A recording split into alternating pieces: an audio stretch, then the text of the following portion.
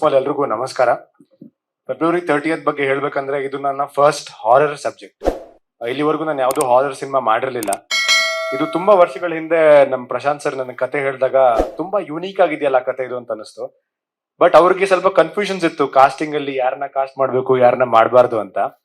ಅದ್ ಹೇಗೋ ಮಾಡಿ ಆಡಿಷನ್ಸ್ ಕೊಟ್ಟು ಸೆಲೆಕ್ಟ್ ಆದೆ. ಆ ಟೈಮಲ್ಲಿ ಎಸ್ಪೆಷಲಿ ನಾನು ಯಾವ ಪ್ರಾಜೆಕ್ಟ್ಸ್ ಮಾಡಿರ್ಲಿಲ್ಲ.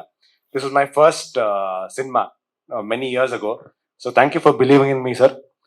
ಸೊ ಸಿನಿಮಾ ಮುಗಿಯೋಷ್ಟೊತ್ತಿಗೆ ನಾನೇ ಎಷ್ಟೊಂದು ಪ್ರಾಜೆಕ್ಟ್ಸ್ ಕಂಪ್ಲೀಟ್ ಮಾಡಿ ಇಲ್ಲಿ ನಿಂತಿದ್ದೀನಿ. ಸೊ ಆ ಅವಕಾಶ ಕೊಟ್ಟಂತ ಪ್ರಶಾಂತ್ ಸರ್ಗೆ ನನ್ಗೆ first of all thank you so much. ಆಮೇಲೆ ಜೋಸೆಫ್ ಬೇಬಿ ಸರ್ಗೂ ಅಷ್ಟೇ. ಟು ಬಿಲೀವ್ ಒಬ್ರು ಹೊಸಬ್ರನ್ನ ಬಿಲೀವ್ ಮಾಡೋದು ತುಂಬಾ ಕಷ್ಟ, ಎಸ್ಪೆಷಲಿ ಇಂಡಸ್ಟ್ರಿ ಯಾವ್ದೇ ಫೀಲ್ಡ್ ಅಲ್ಲಿ ಆಗ್ಲಿ. ಅದು ಅವರು ಬೇರೆ ಸ್ಟೇಟ್ ಇಂದ ಇದ್ದು ಕೂಡ ನಮ್ಗೆ ಬಿಲೀವ್ ಮಾಡಿ ನಮ್ ಕತೆ ಮೇಲೆ ಬಿಲೀವ್ ಮಾಡಿ ನಮ್ಗೆ ಇನ್ವೆಸ್ಟ್ ಮಾಡಿದ್ರಲ್ಲ. So thank you so much sir. ಆಮೇಲೆ ಈ ಸಿನಿಮಾ ನಾನು ತುಂಬಾ ಕಲಿತೆ. ಟೆಕ್ನಿಕಾಲಿಟಿ ಪರ್ಸ್ಪೆಕ್ಟಿವ್ಸ್ ಆಗ್ಲಿ, ನಮ್ಮ ಮುನ್ನಿ ಕೃಷ್ಣನ್ ಅವರು, ಎವ್ರಿಬಡಿ ದೇ ಟೈರ್ಡ್ಲೆಸ್ಲಿ ವರ್ಕ್ ಮಾಡಿದ್ದಾರೆ. ಯಾಕಂದ್ರೆ ನಾವು ಶೂಟ್ ಮಾಡಿದ ಲೊಕೇಶನ್ ಅಲ್ಲಿ ಹೇಗಿತ್ತು ಅಂತಂದ್ರೆ ನಮಗೆ ಸೆಲ್ ಫೋನ್ ನೆಟ್ವರ್ಕ್ ಇರ್ಲಿಲ್ಲ. ಇವಾಗ ಈಸಿಯಾಗಿ ಪಕ್ಕದಲ್ಲಿರೋರು ಅವ್ರನ್ನ ಫೋನ್ ಮಾಡ್ಬಿಟ್ಟು ಇಲ್ಲಿ ತಗೊಂಬನ್ನಿ ಅದು ಇದು ಮಾಡ್ಬೋದಲ್ವಾ, ಅಲ್ಲಿ ಆತರ ಆಗ್ತಿರ್ಲಿಲ್ಲ. ಎಲ್ಲಾ ಸೆಟ್ ಅಲ್ಲೇ ಇರ್ಬೇಕಾಗಿತ್ತು, ಪ್ರತಿಯೊಬ್ರು ಪ್ರೆಸೆಂಟ್ ಆಗಿರ್ಬೇಕಾಗಿತ್ತು. So it was a very nice experience. ಆಮೇಲೆ ಮೆಜಾರಿಟಿ ಸಿನಿಮಾ ನಾವು ನೈಟೇ ಶೂಟ್ ಮಾಡಿರೋದು. ಸೊ ಬೆಳಗ್ಗೆ ಹೊತ್ತು ಮಲಗ್ತಾ ಇದ್ವಿ, ರಾತ್ರಿ ಹೊತ್ತು ಫುಲ್ ಶೂಟಿಂಗ್ ಮಾಡ್ತಾ ಇದ್ವಿ. ಇಟ್ ವಾಸ್ ಹೇಳ್ತಾ ಇಲ್ವಾ, ಆಯ್ತು one really nice experience for me. And ಕಥೆನೂ ತುಂಬಾ ಚೆನ್ನಾಗಿದೆ, ತುಂಬಾ ಸಸ್ಪೆನ್ಸ್ ಇದೆ, ಹಾರರ್ ಎಸ್ಪೆಷಲಿ ಹಾರರ್ ತುಂಬಾ ಇದೆ.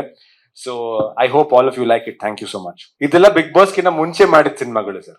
ಸೊ ನಂದಿನ ನೆಕ್ಸ್ಟ್ ಇನ್ನೊಂದು 2-3 ಸಿನಿಮಾ ರೆಡಿ ಇದೆ. ಇನ್ನು ಮಂತ್ಲಿ ರಿಲೀಸ್ ಆಗುತ್ತೆ ಅದು, ಥ್ಯಾಂಕ್ಫುಲಿ. ಸೊ ಇದೆಲ್ಲ ನಾನು ಬಿಗ್ ಬಾಸ್ ಗಿನ್ನ ಮುಂಚೆ ಪ್ಲಾನ್ ಮಾಡ್ಕೊಂಡು ಹೋಗಿದ್ದು. ಸೊ ಬಿಗ್ ಬಾಸ್ ಏನಕ್ಕೆ ಹೋದೆ ಅಂತಂದ್ರೆ ಇಟ್ ವಾಸ್ ಮೋರ್ ಲೈಕ್ ಒಂದು ನ್ಯೂ ಎಕ್ಸ್ಪೀರಿಯನ್ಸ್ ಅಲ್ವಾ, ಎಲ್ರಿಗೂ ಅವಕಾಶ ಸಿಗಲ್ಲ, ಸಿಕ್ದಾಗ ಬಳಸ್ಕೋಬೇಕು ಅಂತ ಮಾಡಿದ್ದು.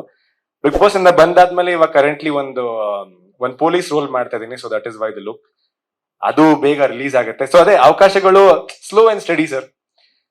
ತುಂಬಾ ಸ್ಲೋ ಇದೆ, ಬಟ್ ಡೆಫಿನೆಟ್ಲಿ ಬರ್ತಾ ಇದೆ. Yes sir, body language sir ಎಲ್ಲ ಚೇಂಜ್ ಆಗೋಯ್ತು ಸರ್. ನಂದು ನನ್ನ ಮೆಂಟಾಲಿಟಿನೇ ಚೇಂಜ್ ಆಗೋಯ್ತು. Thank you sir. ಅದೊಂಥರ ರೀಬಿಲ್ಡಿಂಗ್ ಮೈ ಸೆಲ್ಫ್ ತರ ಇತ್ತದು.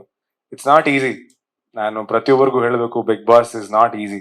ಹೊರಗಡೆ ಕೂತ್ಕೊಂಡೆ ಅವ್ರಿಗೆ ಏನ್ ಪಾಪ್ಯುಲಾರಿಟಿ ಸಿಕ್ಬಿಡುತ್ತೆ ಅದು ಹೇಳ್ತೀವಲ್ಲ, ತುಂಬಾ ಕಷ್ಟ. ಯಾಕಂದ್ರೆ ಇಟ್ಸ್ ನಾಟ್, ನನ್ನೇ ನೋಡಿದಾಗ ನೀವು ನನ್ನ ಹೋದಾಗ ಆತರ ಎಷ್ಟು ವೇಟ್ ಇತ್ತು, ಹೊರಗಡೆ ಬಂದಾಗ ಎಷ್ಟು ವೇಟ್ ಇದ್ದೀನಿ. It's very draining also. But yeah, it's not easy. Bigg Boss is not easy. Help ಆದ್ರೆ very good sir.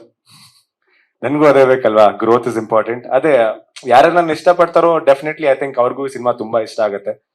So yeah, hopefully they do. Bigg Boss ಇಂದ ಬಂದ್ಮೇಲೆ ಯಾವ್ದು ಹೊಸ ತರ ಪಾತ್ರಗಳು ಸಿಕ್ಕಿಲ್ಲ ಸರ್. ಬಟ್ ಅದಕ್ಕಿಂತ ಮುಂಚೆ ನಾನು ತುಂಬಾ ವೆರೈಟಿ ಆಫ್ ಪಾತ್ರಗಳು ಮಾಡಿದೀನಿ. ಇವಾಗ ಒಂದು ಹಾರರ್ ಸಬ್ಜೆಕ್ಟ್, ಆಮೇಲೆ ಒಂದು ಪೊಲೀಸ್ ರೋಲ್ ಮಾಡ್ತಾ ಇದೀನಿ, ಒಂದು ಆರ್ಮಿ ರೋಲ್ ಮಾಡಿದೆ.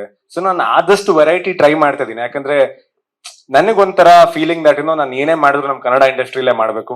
ಯಾಕಂದ್ರೆ ನಮ್ ಕನ್ನಡ ಇಂಡಸ್ಟ್ರಿ ಬೆಳಿಬೇಕು ಅಂತ ತುಂಬಾ ಇಷ್ಟ ನನಗೆ. ಸೊ ಅದೇ ಸರ್, ನಮ್ ಕೈಯಲ್ಲಿ ಏನಿದೆ ಪ್ರಯತ್ನ ಒಂದ್ ಮಾಡ್ಬೋದು. ನಾನು ಫಿಸಿಕಲಿ ಟ್ರಾನ್ಸ್ಫಾರ್ಮೇಶನ್ಸ್ ಮಾಡ್ತಾ ಇದೀನಿ, ಹೊಸ ಕ್ಯಾರೆಕ್ಟರ್ಸ್ ಡೆವಲಪ್ಮೆಂಟ್ ಮಾಡ್ತಾ ಇದೀನಿ. I am doing my best. So hopefully it works out ಅಷ್ಟೇ ಸರ್. ಇದು ಪಾತ್ರಕ್ಕಿನ್ನ ಐ ಫೀಲ್ ಸ್ಟೋರಿನೇ ಸೆಳಿಬೇಕು ಜನನ. ಇವಾಗ ನಂದೊಂದು ಪಾತ್ರ ಏನಿದೆ ಅಲ್ಲ, ಅದು ಸ್ಟೋರಿಗೋಸ್ಕರ ಆಪ್ಟ್ ಆಗಿದೆ.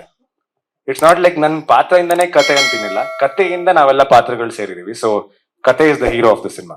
ಲೇಟೆಸ್ಟ್ ಹಾಗೂ ಇಂಟ್ರೆಸ್ಟಿಂಗ್ ಸುದ್ದಿಗಳಿಗಾಗಿ ಬಾಸ್ ಟಿವಿ ಕನ್ನಡ ಚಾನೆಲ್ನ ಸಬ್ಸ್ಕ್ರೈಬ್ ಮಾಡಿ. ಹಾಗೆಯೇ ಬೆಲ್ ಐಕಾನ್ ಪ್ರೆಸ್ ಮಾಡಿ. ಇದರ ಜೊತೆಗೆ ಫೇಸ್ಬುಕ್, ಇನ್ಸ್ಟಾಗ್ರಾಮ್, ಎಕ್ಸ್ ನಲ್ಲೂ ಮಿಸ್ ಮಾಡದೆ ಫಾಲೋ ಮಾಡಿ.